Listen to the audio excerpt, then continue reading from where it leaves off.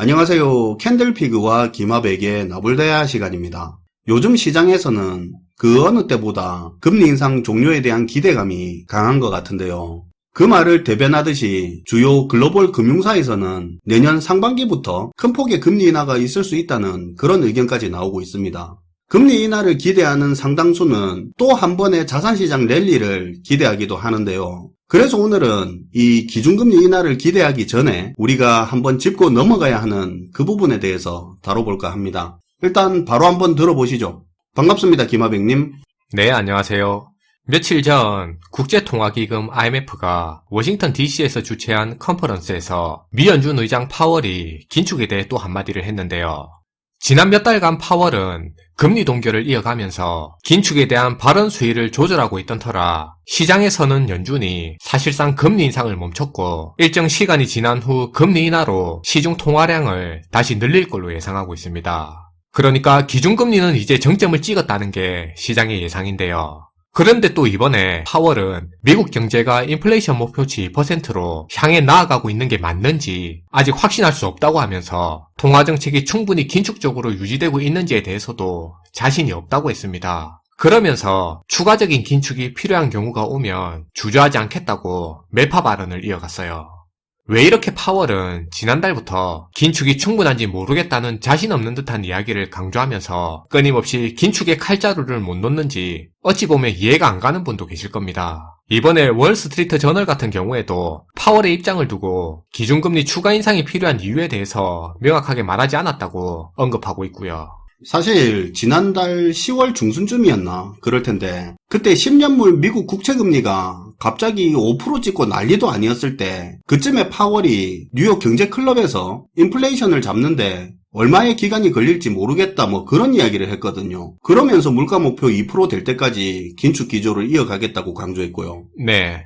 그때부터 파월이 언제까지 긴축이 계속 지속될지 모르겠다는 걸 강조하면서 인플레이션 목표치에 도달할 때까지는 긴축을 계속 이어가겠다는 이야기를 하고 있어요. 시장은 거의 1년째 금리 인상의 종료 기대감을 꺼뜨리지 않고 있고요. 금리 인하에 대한 기대감이라는 말을 관용어처럼 계속 쓰고 있는데 사실 파월이 말한 이 내용을 조금 더 생각해보면 금리 인하는 기대감이 아니라 한편으로는 우려로 다가올 수도 있는 부분입니다. 그래서 오늘 영상을 준비해봤는데요. 우선 본론으로 들어가기 전에 금리 정책 이 부분을 다시 한번 간단하게 한번 짚고 넘어갈 부분이 있습니다. 보통 일반적으로 정상적인 경제 상황에서는 경기가 좋아서 기업이 고용도 늘리고 임금도 올려서 그렇게 투자를 확대하면 가게에서는 소득이 늘어서 지출 소비를 같이 늘리게 되고요. 그럼 기업은 다시 매출이 늘게 되고 늘어난 매출로 투자를 더 확대하는 식으로 그렇게 경기가 활성화되게 됩니다. 일반적으로는 이때 주식과 부동산 등의 자산 가격도 함께 오르게 되죠. 그럼 그 과정에서 법인세나 소득세, 부동산세, 각종 정부 세수도 또 증가하게 되고 이때 이제 물가도 오르기 시작하게 됩니다. 굉장히 상식적인 이야기죠.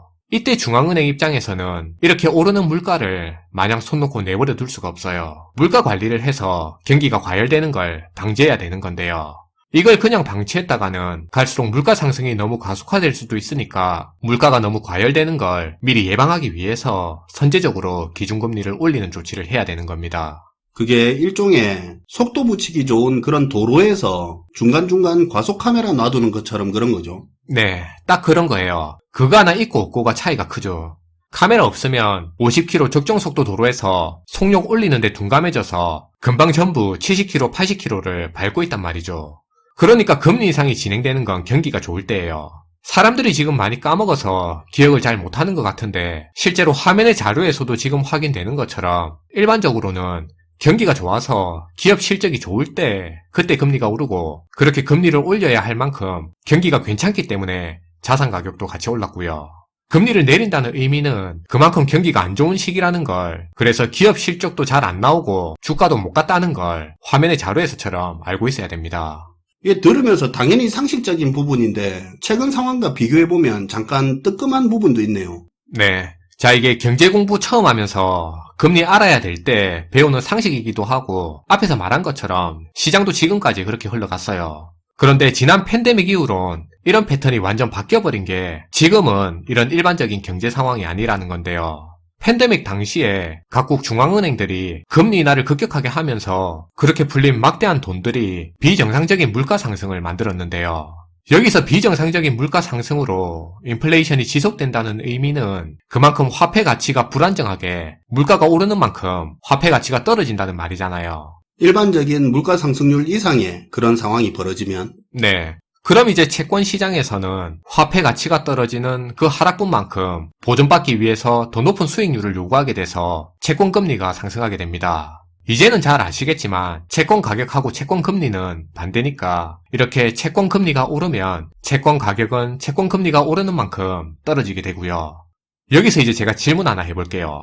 이렇게 물가 상승이 지속적으로 심각해지면서 채권 금리가 계속 오르고 채권 가격이 계속 떨어지는 현상이 계속되면 이제 어떤 문제가 생길까요? 채권 가격이 떨어지면 채권 사고 팔면서 돈 버는 게 재미가 없겠죠. 가지고 있던 채권도 평가 손실이 커질 거고요. 네. 그러다 보니까 채권 수요가 크게 감소하고 거래도 줄면서 채권 시장이 위축되는데요. 이렇게 되면 이제 나타나는 문제가 기업들이 채권 시장을 통해서 자금을 조달하기가 너무 어려워지고 조달을 한다 하더라도 너무 많은 이자를 줘야 한다는 겁니다. 채권 시장의 위축은 기업들한테 조달 비용 상승과 자금 경색 문제를 일으키고요. 또 한편으론 금융기관들에게도 타격을 주게 됩니다. 어떤 면에서요? 금융기관이 가진 자산 가치 문제인데요. 채권 금리가 오르는 만큼 금융기관들이 보유한 채권 가격은 계속 떨어지게 되니까 나중엔 금융기관들의 자본 손실이 너무 커져서 자기 자본이 잠식되는 상황도 발생할 수가 있는 겁니다. 좀 극단적인 것처럼 보일 수도 있는데요. 그런데 이런 일이 벌어질 수도 있으니까 비정상적으로 물가 상승이 발생할 때는 물가를 반드시 잡아야 되는 겁니다. 그러고 보면 지난 SVB 사태도 이 이야기에서 크게 벗어나는 것도 아니네요.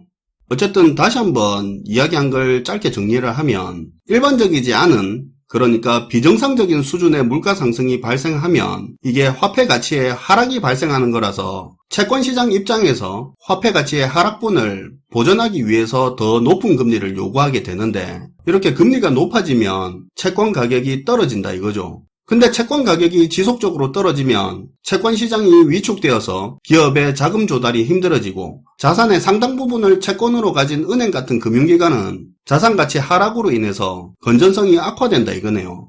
물가 문제 이게 단순히 우리 일반 소비자만의 문제가 아니라 기업, 금융권 전체의 피해로 이어질 수 있기 때문에 물가 잡는 게 진짜 중요하긴 하네요. 네. 애초에 비정상적인 물가 상승으로 발생한 이런 일들이 더 심각해지는 걸 막기 위해서 중앙은행은 긴축을 강화하면서 금리 인상을 할 수밖에 없는 겁니다. 근데 잠깐만요. 네. 지금 비정상적으로 오르는 그 물가 때문에 화폐 가치의 하락분을 보전하자고 채권 금리가 오르게 되는데, 그것 때문에 발생할 문제가 있으니까, 그래서 그것 때문에 물가 문제를 우선적으로 해결해야 된다고 했잖아요. 기준금리 인상하고 하면서. 그쵸. 그런데 듣다 보니까 시장의 채권 금리가 알아서 이렇게 가파르게 오르면 지금 투자시장에서 나오는 얘기처럼 중앙은행이 굳이 기준금리를 안 올려도 어차피 올라가는 시장금리가 물가 잡는 역할을 하는 거 아닙니까? 네. 질문 잘하셨는데 말씀하신 것처럼 이 포인트를 굉장히 헷갈려 하시는 분들이 많아요. 기본적으로 중앙은행은 기준금리를 통해서 물가하고 시장금리를 컨트롤할 수가 있습니다. 물가 상승세가 심해서 큰 폭의 금리 인상을 하고 물가가 어느 정도 제어될 때 이렇게 올린 높은 기준금리 인상 때문에 시장금리가 따라 오르는 거는 정상적인 상황이에요. 왜냐하면 이때는 금리가 많이 올라서 힘든 건 맞는데 이건 물가하고 시장금리가 기준금리의 컨트롤 영역 안에 있다는 얘기입니다. 그런데 지난 10월처럼 기준금리는 움직이지 않고 동결된 상황인데 채권금리만 급등하는 일이 벌어진 건 지금 시장금리가 기준금리의 통제 영역을 일정 부분 벗어났다는 이야기가 되는데요. 그러니까 애초에 중앙은행이 기준금리를 추가로 올려서 시장금리가 오르는 거하고 기준금리는 추가로 안 올렸는데 시장금리만 확 뛰는 거는 근본적으로 성격이 완전 다르다는 거예요. 이게 연준이 핸들을 쥐고 있냐 아니냐의 문제네요. 그쵸. 이 말을 반대로 말하면 어떤 의미가 되냐면 나중에 중앙은행이 금리를 내려도 금리나 약발이 시장금리에 안 먹힐 수도 있다는 얘기가 됩니다. 이미 통제 영역을 벗어난 거니까요. 그리고 사실 미국의 채권금리가 쉽게 떨어지기 힘든 또 하나의 구조적인 문제도 있어요. 바로 미국의 재정 상태인데요. 요거 요즘 많이 언급되더라고요. 네. 미국의 재정 적자 상황이 너무 심각하다 보니까 지난 10일에는 국제신용평가사인 무디스에서 미국의 국가신용등급을 기존의 안정적에서 부정적으로 내릴 정도로 지금 미국에서 재정적자 상황이 문제되고 채권을 너무 많이 발행하다 보니까 채권 시장에서 지금 미국채에 대한 신뢰도가 떨어져서 입찰 경쟁률도 낮고 미국 국채를 사려는 수요가 예전에 비해 지금 많이 줄어든 상황인데요. 그러다 보니 이제 채권 수요를 키우려면 더 높은 이자를 제시해야 되니까 채권 금리가 높게 유지될 수밖에 없습니다. 이런 상황 역시도 지금 미국의 기준금리와는 별개로 시장 금리가 통제되지 않는 상황으로 흘러가는 이유예요. 며칠 전 기사 보니까 30년물 미국채 수요 부진 이거 기사에 나오더라고요. 네. 그리고 얼마 전 미 재무장관 옐런도 이런 말을 했잖아요. 무디스가 미국의 신용등급을 낮췄는데 일단 그거에 대해서는 자기는 동의 못한다고 반발하면서도 한편으론 국채금리가 이렇게 계속 오르면 미국의 부채 지속 가능성에는 문제가 될 수 있다고 인정을 해버렸습니다. 그 말은 그만큼 지금 빚이 많은 미국의 재정적자 상황이 심각하다는 뜻이에요. 이거 그냥 쉽게 말하면 금리 이렇게 계속 오르면 부채가 감당이 안 될 수 있다 그 말 아닙니까? 그쵸, 바로 그 말입니다. 그래서 지금 상황을 정리해서 얘기하면 일단 지금 같은 경우는 경기가 안 좋은데도 불구하고 비정상적으로 물가가 계속 오르다 보니까 하기 싫어도 억지로 이 긴축을 계속 유지하고 있고 엄청난 폭의 금리 인상을 했는데도 불구하고 물가가 안 잡히고 있다는 건데요. 이런 상황에서 만약에 시장에서 기대하는 것처럼 침체를 이유로 통화 긴축을 끝내고 금리를 내린다고 치면 단기적으로야 그렇게 기다리던 금리 인하가 이루어졌으니까 호재처럼 작용할 수도 있겠지만 근데 그건 결국 침체의 압박에 못 이겨서 물가 문제를 후순위로 미룬다는 게 되는 겁니다. 이렇게 되면 이건 금리 인하가 호재가 아니고요. 중장기적으로는 앞에서 말한 비정상적인 물가 상승 문제부터 그에 따른 채권 시장에서의 금리 폭등, 금융권에서의 자금 경색 문제 등 이런 금융 시스템에서의 전반적인 문제점들이 더 증폭될 수 있는 상황이 만들어지는 거라서 오히려 그때는 금리 인하에 대한 기대감보다는 금리 인하에 대한 우려감을 가지는 게 상식적으로 더 맞는 판단이라는 생각입니다. 마지막으로 물론 정부에서는 절대 인정하지도 않고 앞으로도 공식화할 일은 없겠지만 이런 물가 상황이 야기된 본질적인 원인은 무분별한 화폐 남발이라는 부분이 엄청 중요한 이유인데요. 근본적인 해결책은 그동안 푼 돈을 다 흡수해야 하는 건데 근데 이게 현실적으로 불가능한 일이잖아요. 불가능하죠. 이걸 어떻게 흡수합니까? 네. 그러면 이제 이런 상황에서 할 수 있는 선택은 물론 마지못해서 하는 선택지이겠지만 화폐의 활동력을 떨어뜨리는 선택을 할 수도 있을 거라는 생각이 들어요. 이걸 다르게 말하면 화폐의 유통속도로 표현이 되는 건데 쉽게 생각하면 실물 경제에서 10번 거래할 거 5번 거래되게 만들고 5번 거래될 거 3번 거래되게 만들어서 화폐의 유통속도를 늦추게 만드는 겁니다. 침체를 유도한다는 거죠. 그쵸. 지난 10월에 파월이 뉴욕 경제클럽 연설에서 성장세 둔화가 필요하다고 곱상하게 이야기하긴 했지만 사실 현 상황에서 물가를 제대로 잡기 위한 뾰족한 방법이 없다는 생각입니다. 그래서 제가 하고 싶은 이야기는 지금 나오고 있는 금리 인하 기대감을 기대감으로 그대로 받아들이면 안 된다는 거고요. 기준금리와는 별개로 정작 중요한 시장금리는 떨어지기 어려운 환경에 처해 있다는 부분을 우리가 한번 생각해보면 좋을 것 같습니다. 네, 오늘도 잘 들었습니다. 김하백님. 네, 감사합니다. 금리 인하 기대감이라는 말을 참 많이 쓰는데요. 이런 물가 상황에서 물가 문제를 후순위로 두고 금리 인하를 선택할 정도로 그렇게 침체의 골이 깊어졌다는 말인데 이걸 그저 호재로 바라보고 있다는 게 어떻게 보면 참 위험한 생각인 것 같기도 합니다. 우리의 돈줄은 투자시장이 아니고 내 직장이고 내 사업체인데 말이죠.